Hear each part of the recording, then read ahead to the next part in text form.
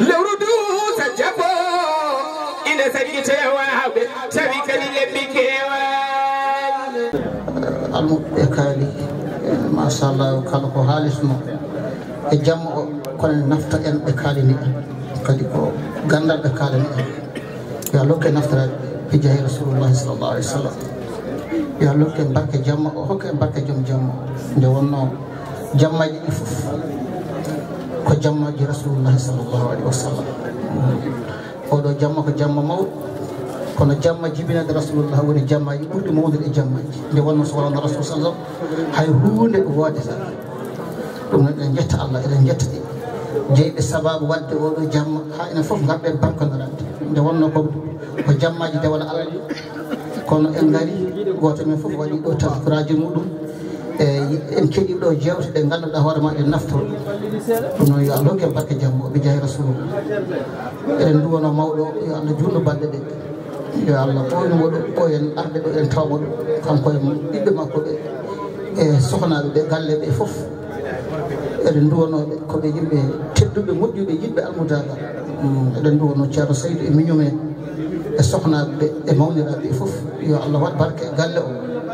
en duwono ɗo rawane mbiɗen yo Allah hokki en tawtorede mo wuuri Allah jaɓini en e ñaago Allah subhanahu wa taala yo Allah hokki en tawtorede kadi mo wuuri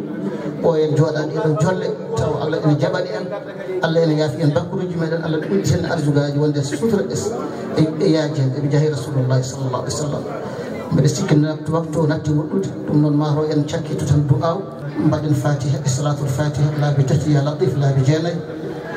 yo Allah waɗan en jaam yen battini kadi mo wuuri tawi en ɓeyde diine meɗen ustaki kala garɗo ɗon adno e haaju yo Allah humto haaju bi jahi rasulullahi sallallahu alih w sallam kala garɗo ɗon e arde rafi yo Allah ittu rafi o ngam barke rasulullahi sallallahu alih w sallam ɓe ngala sohnaɓe worɓe ɓe yo Allah hokku en worɓe bi jahi rasulullahi sallallahu alih w sallam taw worɓe moƴƴuɓe jom diineji en Allah yettini en barke jogiiɓe jogiiɓe worɓe ɓene kadi yo Allah hokku men on gondire woɗo muya Allah yañana ɓe Allah udditana ɓe mbawa wondide worɓe mabɓe taw koye moƴƴere e sutura e yaajede bi jahi rasulullahi sallam mawɓe en yo Allah junnu ɗumen ɗo dunna balɗe ɗe ɓooyen yiide ɓooye naftorade sukaɓe ɓene ɓooye duusodirde mawɓe bi jahi rasulullahi sallallahu alih w sallam ɗum noon mbaɗen fatiha salatul fatiha laabi tati yo Allah ɗafi laabi jeenayyi yo Allah waɗan en jaam e leydi men ndi yo Allah waɗ jaam e leydi ndi yo Allah waɗ jaam e leydi ndi yo Allah waɗ jaam e leydi ndi waɗa daƴƴaɗe leydi ndi ngam barke rasulullahi sallallahu alih w sallam bisimillah الله لا إله إلا هو الحي القيوم لا تأخذه سنة ولا نوم له ما في السماوات وما في الأرض من ذا الذي يشفع عنده إلا بإذنه يعلم ما بين أيديهم وما خلفهم ولا يحيطون بشيء من علمه إلا بما شاء وسع كرسيه السماوات والأرض ولا يؤوده حفظهما وهو العلي العظيم لا إكراه في الدين قد تبين الرشد من الغي فمن يكفر بالطاغوت ويؤمن بالله فقد استمسك بالعروة الوثقى لا انفصام له والله سميع عليم اللهم صل على سيدنا محمد الفاتح لما أغلق والخاتم لما سبق ناصر بالحق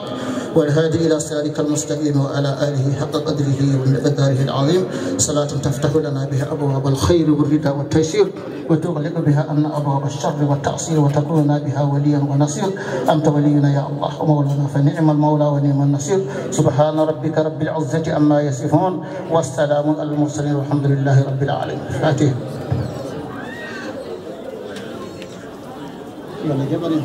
يا رب